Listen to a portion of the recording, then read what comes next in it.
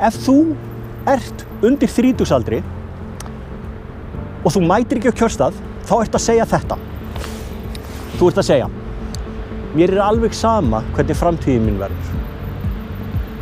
Þú ert að segja, mér líkar ágætlega við það að ég muni aldrei geta keypt mér íbúð. Mér líkar ágætlega við það að ef ég verð veikur, þá líklegast verð ég gjaldþrota í leiðinni.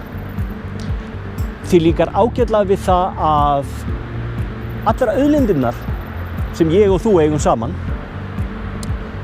verða annaðhvort seldar eða leigðar til langs tíma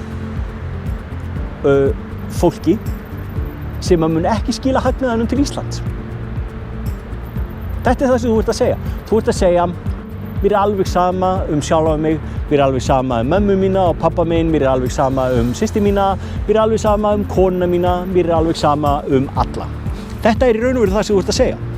Þér í alvöru algjörlega sama? Ég trúi því bara ekki. Það getur ekki verið. Það sem mikilvægt að unga fólkið mæti og kjósi. Það það sem mikilvægt. Það það sem mér þykir mikilvægt. Það það sem að langflestum sem ég tala við finnst mikilvægt. Þeim finnst mikilvægt að unga fólki mæti og kjósi. Vegna þess, ef þú ert undir 30 og kýst ekki, þá ert þú ekki að ákveða hvað verður þig.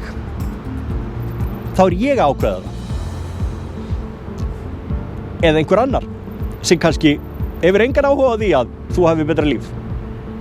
Spáðu aðeins í því.